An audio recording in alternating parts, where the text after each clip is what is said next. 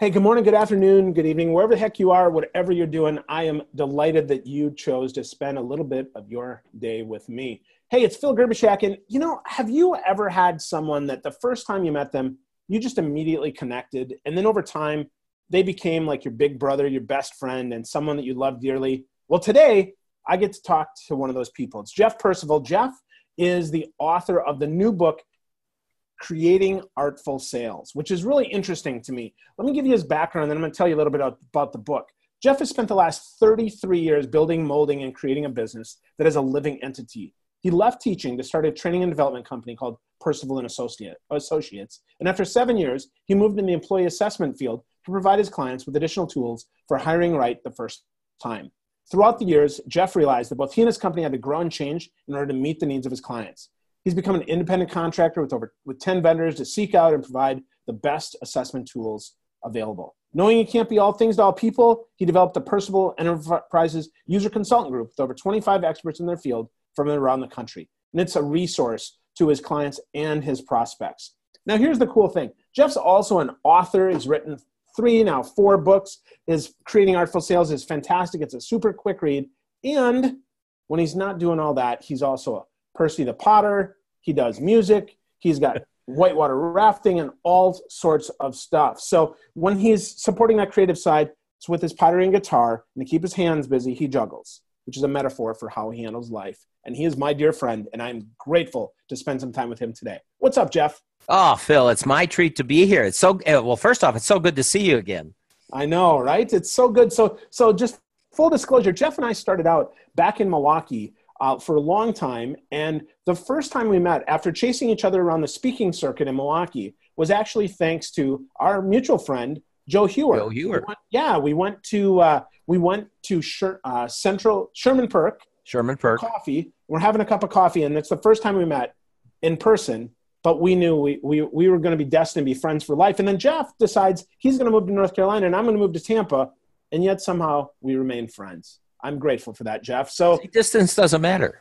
Distance doesn't matter. Not when you have a great technology like Zoom to help us make things better. That is for darn sure. So, Jeff, I got to tell you though, man, 33 years. You must have started when you're like 5 years old doing this stuff.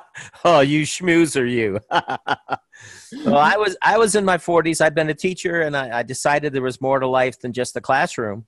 And I bought a franchise, which was a training and development company, and then I moved into the assessment field.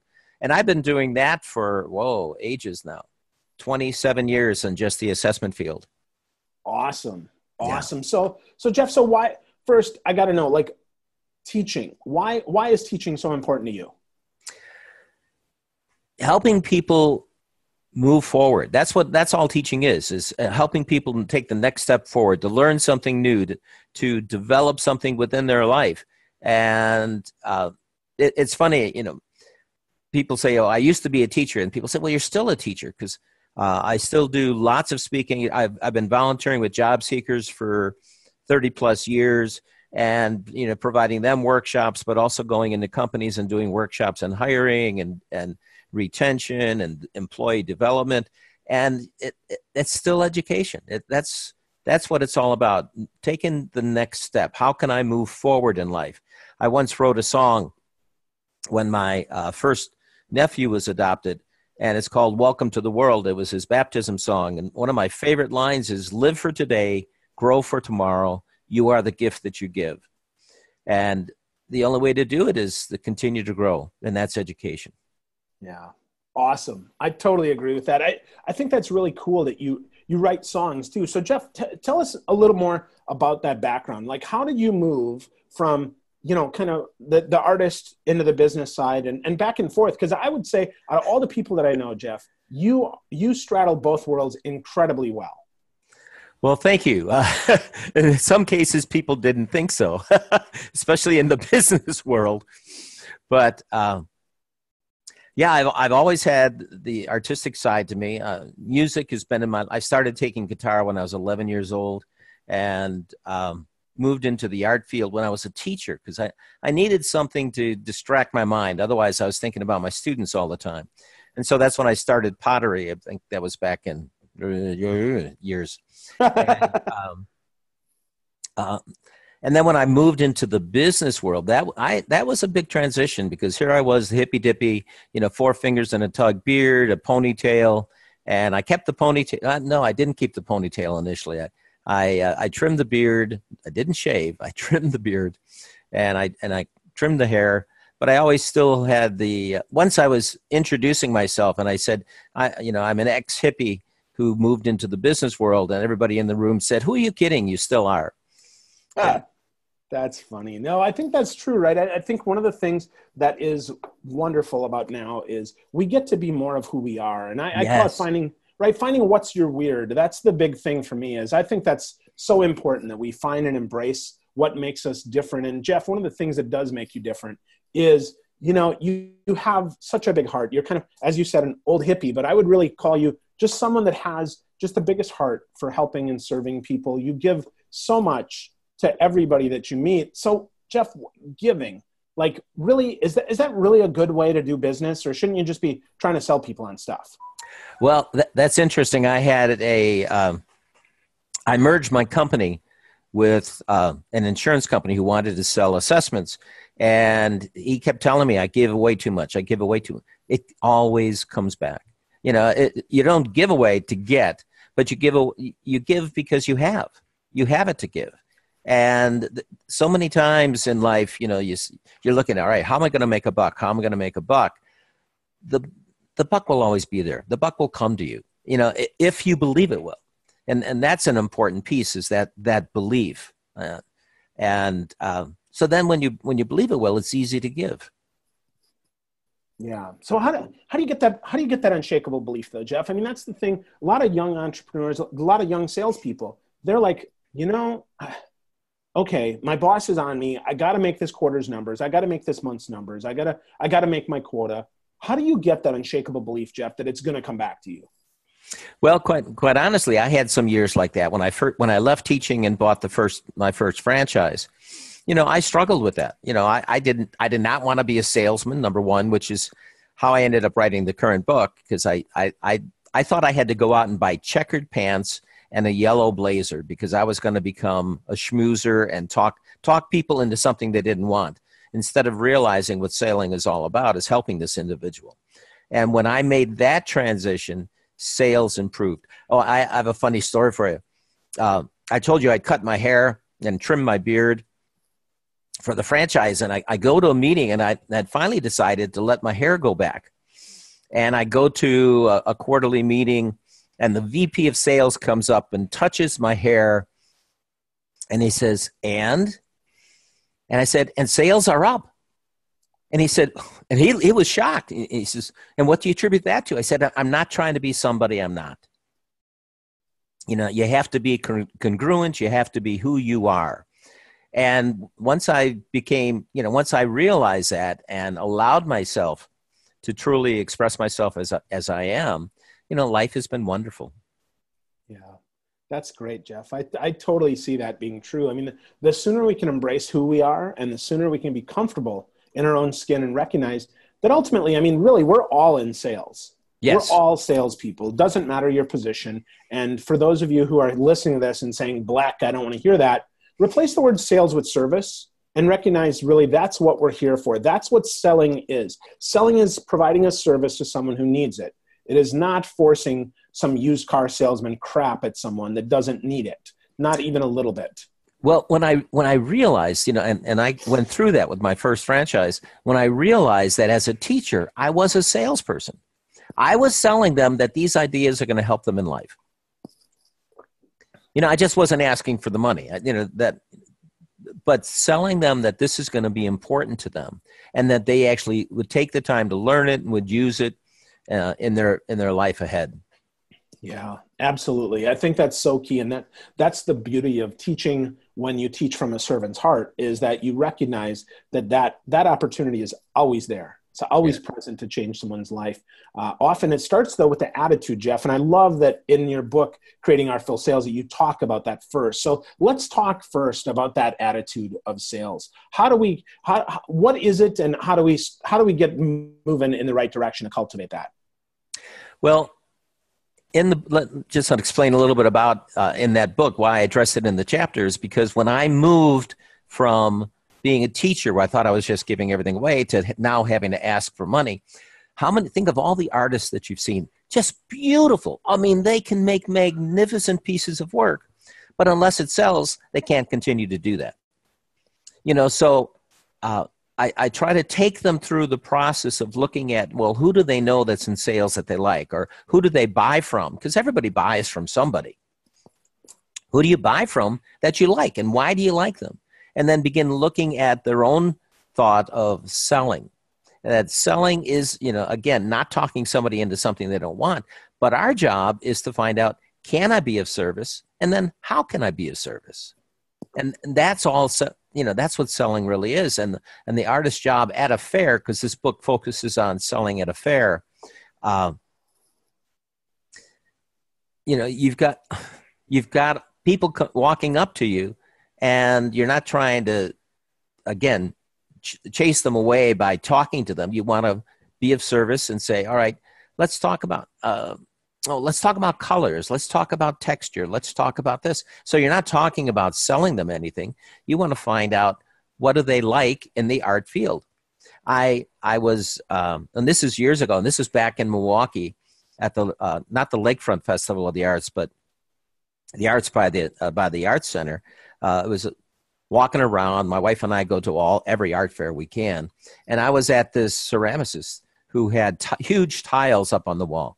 And there was nobody in his booth except for one person who was standing with his arms folded, looking and staring at this one piece of work. And so I just started asking him some questions. I said, well, what do you like about that?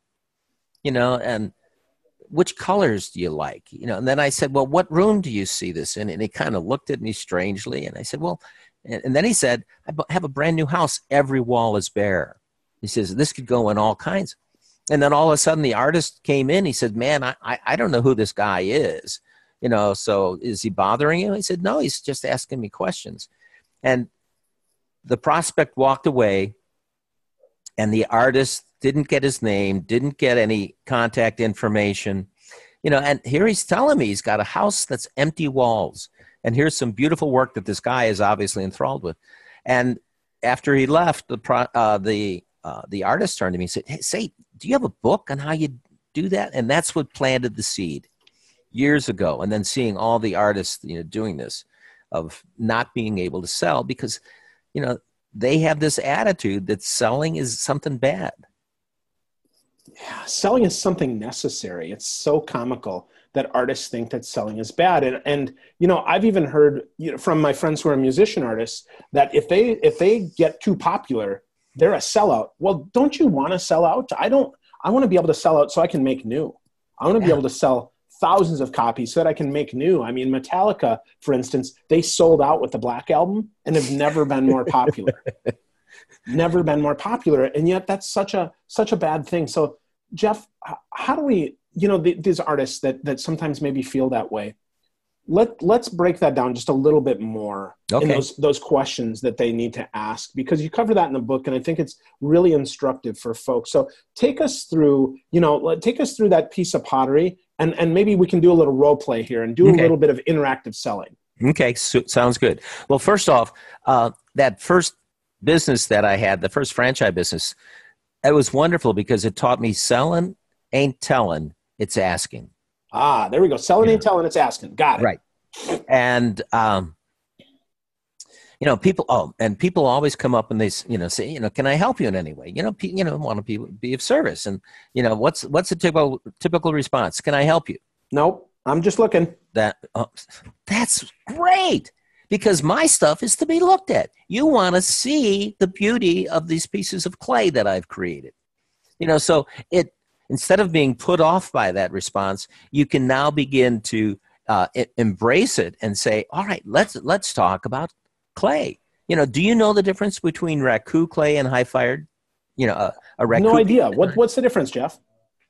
Well, raku is fired outside, and it gets to be red hot, about 1,800 degrees, and you take it out and you put it in a garbage can filled with combustibles. And all of a sudden, you've got these huge flames. And what those flames do is they take out, they lick the piece. They embrace the piece, and they pull out the different colors. So raku, You can do the same firing, the same piece, the same glaze, and you're going to come out with a different color piece because it depends on how the flames touch it, on how the flames lick it. High-fired pieces are in the kiln, typically gas or electric, and it gets up to 2,000 or 2,200 degrees.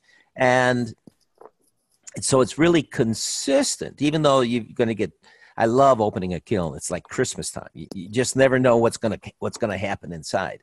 But at least you can have some consistency where with raku, you don't, because it depends on what's going on in that combustion chamber. Ooh, so Jeff, so I like unique pieces, right? I like pieces that nobody else has. Yes. So are you saying that I should be looking at a raku piece, not one that's high fired?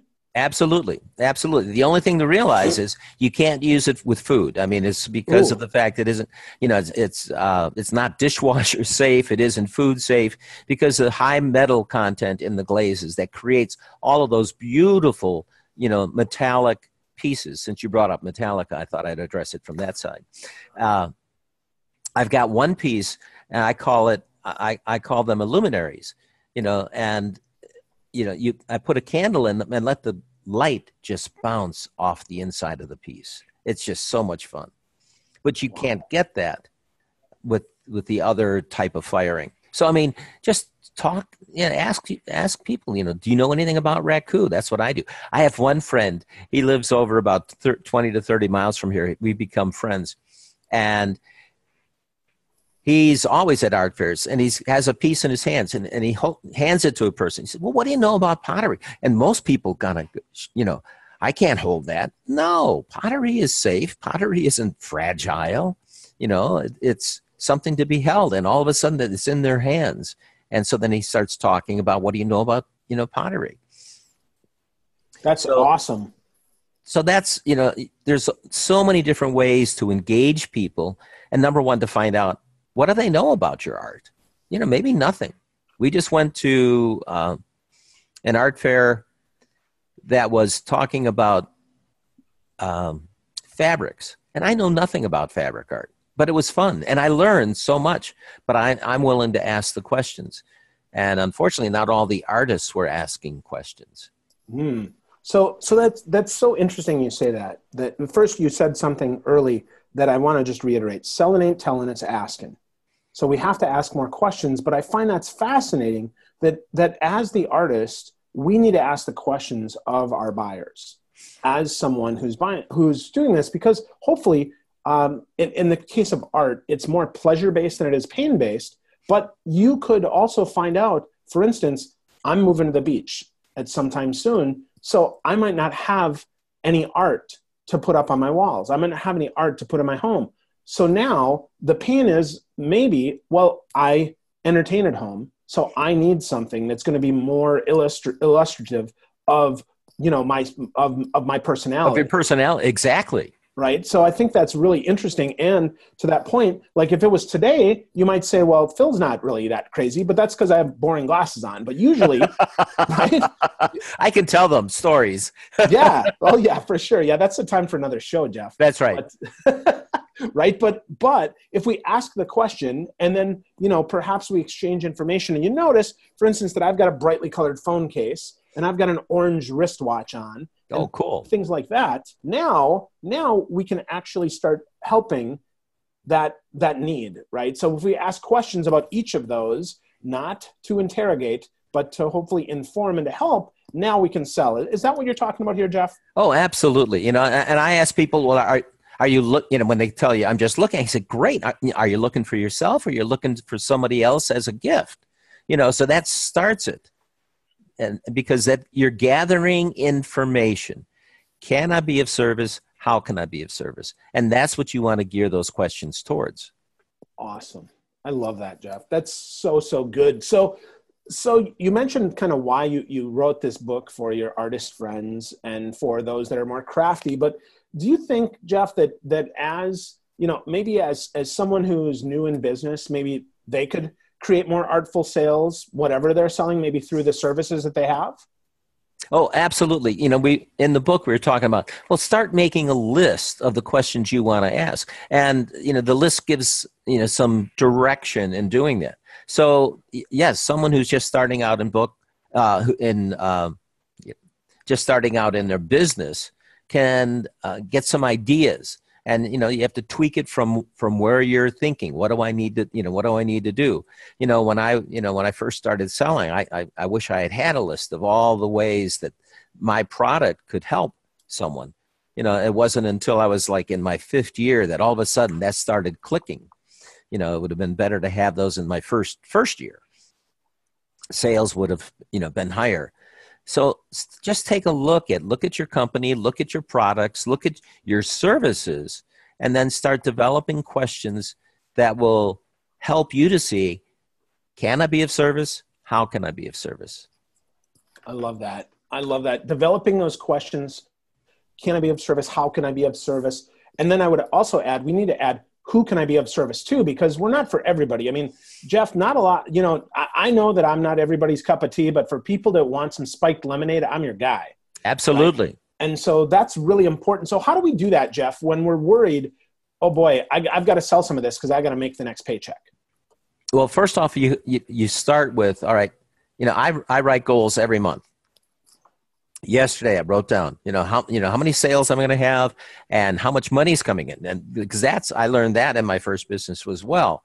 You can't live on just sales because I've got costs to those products. So it's like, all right, how much profit do I need to have come in? And so I write goals for each of those. The dollar sales and the dollars in, because things don't always come in the same month that they're sold. Yeah. So I know my budget. I know what I need to live on. I know what I need to live for the business. So I have two budgets that I plan for every month. And it's just that helps you to feel confident you're definitely going to be meeting to crack the nut. Have what it takes to crack that nut. Yeah. But you need to know what it's going to be.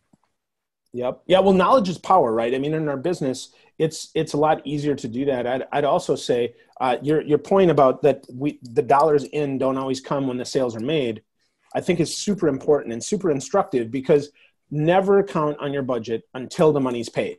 That's right. That's super important. So if you're new to business, you need to think about that cash flow, right? How does cash flow work? And how do we make sure that we're meeting the needs? And perhaps that's where, not everybody, Jeff, can have the temerity to jump out and do this full time. So how would, I know that, your pottery and your craft business isn't your full time. So how do you balance the two, Jeff? Well, that's a good question. Percy the Potter, as I've been called, I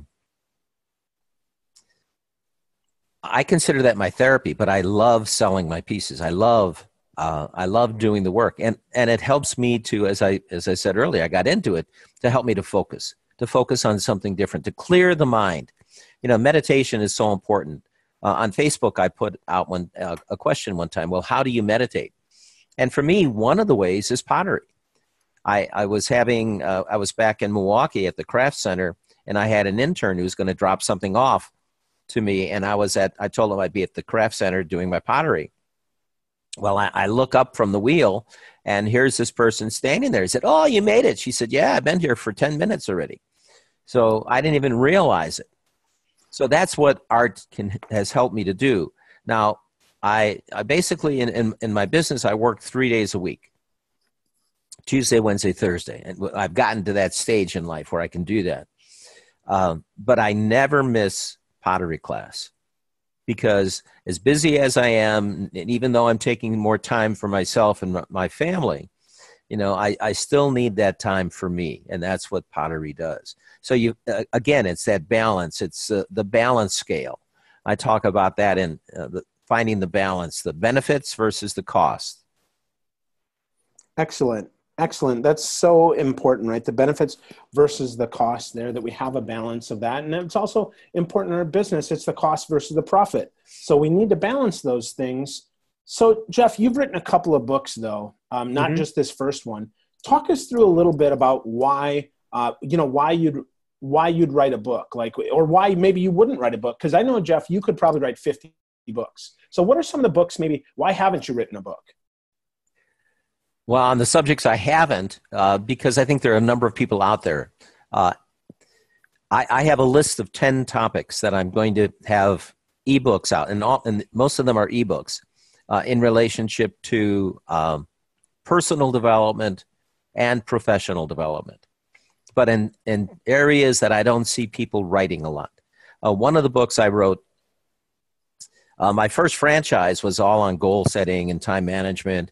And it says, what's the key to success? The key to success is goal setting, writing goals. Well, hell's bells. Oh, can I say that? Yeah, you can say that. Okay, good. I wrote great goals, but I didn't achieve them. Something was going on. So I developed this theory that and this philosophy that I had to have the right combination of things. And other people were out there saying, well, time management is the key. And I'm going, there is no one key. It's a combination lock. And you have to have the right attitude with the right activity. So, I mean, you can do the right activities. I've seen numerous people do that, salespeople out there doing the right things, saying the right words, making the right phone calls, but their attitude is gone south. So they don't get any good results. So you have to have the right attitude with the right activity, with the right focus. And what do you focus on? You focus on your goals, your activity, and your attitude. And most people don't learn to think about their attitudes. And that's what attitude is. It's your habit of thinking about something, about your success, about your products, about, you as a salesperson. And when you put those all together, then you have the reality that you desire. Awesome. So that's going to be that's on my list is your formula for success. Awesome. Well, I can't wait for that to come out, Jeff. The right attitude plus the right activities plus the right focus equals the right results. That's right. I think that's beautiful. So Jeff, lots of stuff that you shared today. Is there anything that I didn't ask that you'd like to make sure that people know about, creating artful sales or anything else that you'd like to share? Well, you need to look at yourself. You need to start and say, all right, who am I? And that thing that I was mentioning before, don't try to be someone you're not. When I started letting my hair grow back, now it's short again. But, when you let your true self come out, you become magnetic. And when you keep your attitude in check, you become magnetic. And that's what you want to see yourself. I see myself as a success magnet. I'm attracting success to me. A lot of people, once they start doubting themselves, who's your worst critic? Me. Yeah. Me. Yeah, exactly. You have to, learn to put that in check and say, all right, I'm not perfect, but I do some good stuff, and think about the good things that you do. Again, you become more magnetic. And, back in Boy Scouts, we used to have all these little activities that we do. And, what happened? Well, yeah, you were in scouting. Yeah. When you take two nails, you bend them, and you wrap a copper wire around them, and you attach it to a battery. What does it become? It's a magnet. Yes, it's a magnet. We have a chemical electric battery up here in our head, and when we get those juices flowing, we can become magnetic. And what I really found interesting is, especially when I made the transition, excuse me a second, especially when I made that transition to business, I used to call them the suits. The suits are attracted to me because I don't live the traditional business life, and I think they like the fact that I'm more alternative, and I'm magnetic to them because they want to have that alternative side to themselves. Absolutely. So be yourself. Be who you really are instead of trying to be what other people are trying to make you to be. I think that's probably the most important thing in life. Yeah. I love that, Jeff. The sooner we realize that, the sooner we can focus on being more of ourselves. To say what my buddy Steve Farber says, right? The more that we can be more you, the more that we get to be you more. Yeah. So really important, Jeff. And you're definitely one of those people that I look up to when I think about, having a strong personal brand and living in alignment with their values and who they are. So Jeff, if people though, if they want to get more connected to you, they want to learn more from Percy the Potter and want to learn more about creating artful sales, where would you send them? How would they best connect with you, Jeff? Well, they can connect with the books by going to store.bookbaby.com and then just type in my name, Percival, and all of my books will show up. Awesome. Awesome. If they had questions for me, they can just call me direct at 828-691-1255. That number again, sir. 828-691-1255. Or they can email me at jeff.percent@gmail.com. Wow. Always reachable, always giving, always sharing, Jeff. Thank you so much for helping us create some artful sales today. I hope your book sells millions of copies because we all need it, regardless of where we are. We all can use more artful sales, Jeff. I love you, brother. Thank you for being with me today. Love you too, Phil. Thanks so much. I appreciate it. My pleasure. Thank you. Talk to you soon. Talk to you soon.